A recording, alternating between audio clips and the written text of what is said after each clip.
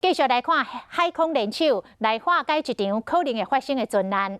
海巡署第4巡防区接到电话，有一台中国蒙古的货船伫中华外海，因为机械故障，船身起气过来入水，7个船员就掉伫咧船顶，当时风影真大，随时会冰船。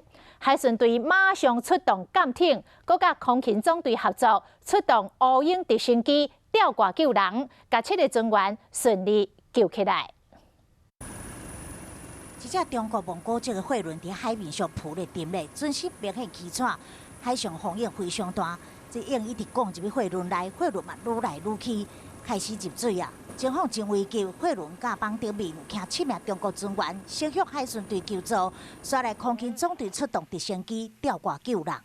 好嘞，向下。外海风势真强，增加救援难度。这吊挂过程一直海，真惊险。 空勤总队出动空战机甲乌鹰直升机分配吊挂，将7名船员顺利救上岸。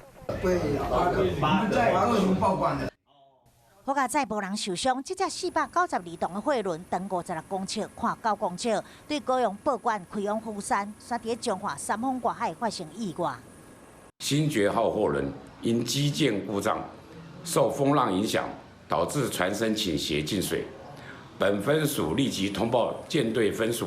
台中及嘉义海巡队派出3艘船艇前往救援。货轮顶也有7吨外柴油，船员离开进前关掉主机，避免油料外泄。这场意外嘛，因为有海巡队甲空勤总队联手救援，阻止一场船难发生。